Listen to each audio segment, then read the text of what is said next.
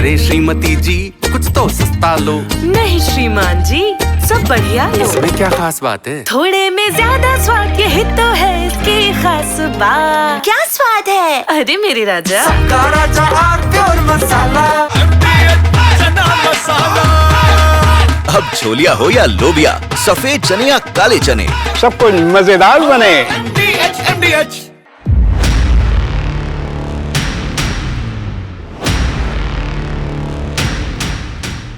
नमस्कार, देश की बात में आप सभी का स्वागत है, अभिनंदन है। भारत और पाकिस्तान के बीच जो झड़प हुई, जो संघर्ष हुआ, उससे एक बड़ा सवाल पैदा हुआ दुनिया के सामने। और वो प्रश्न ये कि जिन परिस्थितियों से, जिन स्थितियों से पाकिस्तान घिरा हुआ है, जो उसके भीतर के जो हालात हैं और जो जिनके लिए वो खुद जिम्मेदार है, ये भी सच है। वहां आतंकी समूह, सेना और सरकार, तीनों में इतना विचित्र और इतना भीषण घालमेल है कि कोई तस्वीर समझकर नहीं समझ सकता साफ साफ कि आखिर पाकिस्तान में अंतिम शक्ति, निर्णायक शक्ति किसके पास है। सरकार के पास तो नहीं है, ये तो तय। लेकिन सेना और आतंकवादी संगठन, उनमें स्थिति यह है कि को बड़ छोट कहत अपराधु। और फिर इन तीन के अलावा एक आईएसआई भी है, चौथा एक्टर। तो ये जो चार एक्टर हैं, इन्होंने पाकिस्तान की स्थिति विचित्र कर दी मिलके। तो अब दुनिया के सामने एक चिंताजनक प्रश्न ये खड़ा हो गया कि अगर कभी कोई ऐसी तस्वीर बनी पाकिस्तान के भीतर कि वहां के आतंकी संगठनों ने पाकिस्तान के परमाणु हथियारों पर हमला बोल दिया और उनकी लूट के लिए निकल पड़े, तो विश्व भर के इस सामने क्या परिस्थिति पैदा होगी। ये बड़ी चिंता का विषय है, छोटी चिंता का नहीं। पाकिस्तान में आतंकियों की जो स्थिति है, वो कुछ भी कर सकते हैं। सरकार दंडवत है, सेना भी उनके पीछे खड़ी है, सेना भी उनको आंख नहीं दिखा सकती। और अगर ऐसी स्थिति बन गई तो पूरे विश्व समुदाय के लिए एक नया खतरा पैदा नहीं हो जाएगा। आप सोचिए, आतंकी संगठन, कोई आतंकी संगठन ये दावा कर दे कि हम न्यूक्लियर पावर हो गए, तो कितनी विषम परिस्थिति पैदा हो जाएगी। इसीलिए शायद भारत के रक्षा मंत्री ने इस बात को जोर देकर कहा कि पाकिस्तान के परमाणु हथियार और परमाणु कार्यक्रम पर वैश्विक समुदाय की नजर होनी चाहिए और उसकी निगरानी अंतर्राष्ट्रीय परमाणु ऊर्जा एजेंसी के हाथ में होनी चाहिए। इसीलिए भारत ने मांग की,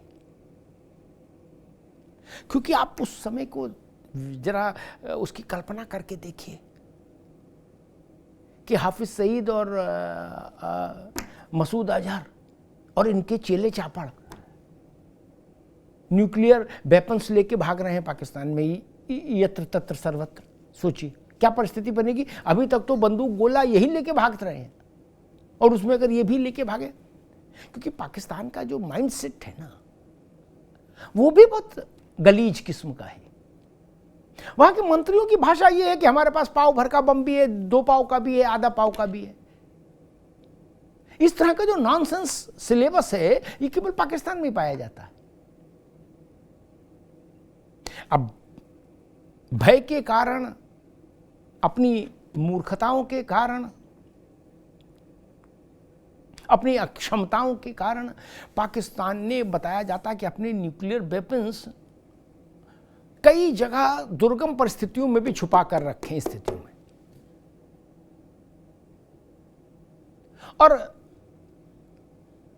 कोई उनकी थाह ना पाले, कोई उनकी आभास किसी को ना हो जाए कहाँ है, इसमें भी लगी रहती पाकिस्तान की सेना और सरकार। अब लेकिन ये मानना कि आतंकवादियों तक वो सूचनाएं, वो स्थान नहीं पहुंचे होंगे, ये थोड़ा मुश्किल है। क्योंकि पाकिस्तान में क्या कोई ऐसी चीज़ संभव है जो सेना जाने और सरकार जाने, आतंकी न जाने? कम से कम मैं तो ये नहीं मान सकता। जो और जितना सरकार जानती है, जो और जितना पाकिस्तान में आर्मी जानती है, वो सब चीज़ें, बल्कि उससे भी 2 हाथ ज़्यादा की चीज़ें वहाँ के आतंकी संगठन भी जानते हैं, ये तय जानी है। आप सोचिए, कभी आपने दुनिया में कभी सुना कि आतंकवादी किसी देश में मारे गए हों तो उस देश की सरकार ने कहा हो कि हम आतंकवादी, जो मारे गए आतंकवादी हैं, इनके परिवार को 1-1 करोड़ रुपया मुआवजा देंगे? आतंकवादियों को मुआवजा?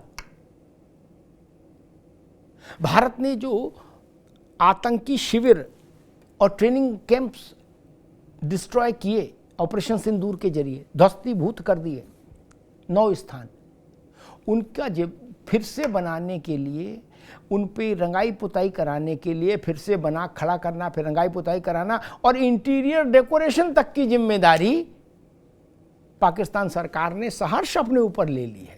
कहा है हाफिज सईद साहब और मसूद अजहर साहब, हमारे रहते आप चिंता न करना, पहले से अच्छा सोफा डालेंगे लाके इस बार, और एसी भी ज्यादा ठंडा करने वाला लगवाएंगे। तो ये उस देश की राज्य व्यवस्था है।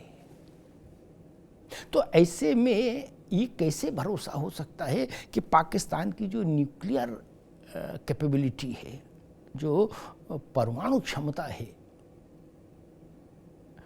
उसका नक्शा आतंकियों को ना मालूम हो, उसकी रूपरेखा आतंकियों को ना मालूम हो? नहीं, क्योंकि आतंकी ही तो पाकिस्तान के आज के माहौल की पूरी जो व्यवस्था है उसकी धुरी है। वहां शहबाज शरीफ भी झुक रहा है, वहां मुनीर भी झुक रहा है, तो इसका मतलब है हाफिज सईद बाकी सबसे बड़ा है इन दोनों से। और आईएसआई हो या सेना हो या सरकार हो, जब भी तनाव की परिस्थिति बनती है पाकिस्तान में, तो वो किसको बचाने की सबसे बड़ी कोशिश करते हैं? अपने आतंकी रणबांकुरों को, चाहे सईद हो चाहे मसूद अजहर हो, इन्हीं को सेफ हाउस में ले जाके रखते हैं ना। पाकिस्तान में आईएसआई और सेना की आधी ऊर्जा तो इसी में लगी रहती है कि जो जितने भी आतंकी हैं ये किसी तरीके से सुरक्षित रहें, इनकी प्राण रक्षा कैसे हो। तो दुनिया के सामने खतरनाक परिस्थिति कभी भी बन सकती है। एक असफल राष्ट्र में परमाणु शक्ति का होना केवल उस राष्ट्र के, असफल राष्ट्र के आस पड़ोस वालों के लिए संकट नहीं, पूरे विश्व के लिए संकट है, ये जान लीजिए। न्यूक्लियर वेपन्स बनाना जितना मुश्किल है, उससे ज़्यादा मुश्किल है इस बात को इंश्योर करना, सुनिश्चित करना कि वह हमेशा कोई भी परिस्थिति बने सुरक्षित और जिम्मेदार हाथों में ही रहेंगे। पाकिस्तान ने एनपीटी पर साइन नहीं किया है, इसलिए पाकिस्तान पर कोई अंतर्राष्ट्रीय दबाव भी इस विषय पर सीधे नहीं पड़ सकता। यूएन को इस रास्ता निकाले तो अलग बात है, लेकिन पाकिस्तान इस कसौटी पर बिल्कुल असफल है कि परमाणु अस्त्र शस्त्र सुरक्षित और जवाबदेह जिम्मेदार व्यवस्था के अधीन रहने चाहिए। पाकिस्तान में कोई भी चीज़ पारदर्शी, सुरक्षित और जवाबदेह नहीं है, ऐसी कोई व्यवस्था बची ही नहीं। वहाँ लूटो खाओ भागो चलो टाइप का एक एटमॉस्फेयर है। उस एटमॉस्फेयर में गोली बंदूक गोला तक तो ठीक है मामला, न्यूक्लियर का मामला थोड़ा ज़्यादा विचित्र हो जाता है। जब अमेरिका अफगानिस्तान को छोड़कर गया था, उसके बाद आपने अफगानिस्तान के कुछ दृश्य देखे होंगे। वो वहाँ के टैंक वैंक जो अमेरिका छोड़ गया था, जहाज टैंक, उन पर वो लोग कैसे खेलकूद कर रहे थे तालिबानी। उनके लिए वो कौतूहल का विषय थे। वो तो परमाणु बम नहीं मिले ने, उनको भी वो हवा में उछाल उछाल के देखते कि क्या मसला है। पाकिस्तान भी उसी स्थिति में आकर खड़ा हो गया है। जिस दिन पाकिस्तान कोलैप्स किया, उस दिन सबसे बड़ा खतरा दुनिया के सामने होगा। ये नहीं कि पाकिस्तान कोलैप्स कर गया, ये सब बड़ी खबर नहीं होगी।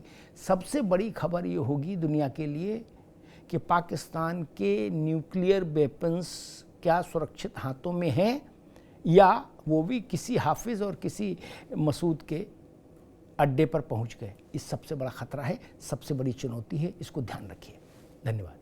थोड़े में ज्यादा स्वाद, यही तो है इसकी खास बात। वाओ मम्मा, क्या स्वाद है। अरे मेरे राजा, सबका राजा आरती और मसाला। दादी के हाथों का जादू और खुशबू से महकता घर, माँ की मुस्कुराहट और खाने की सुगंध। MDH गरम मसाला, क्योंकि हर रिश्ता है स्वाद से जुड़ा।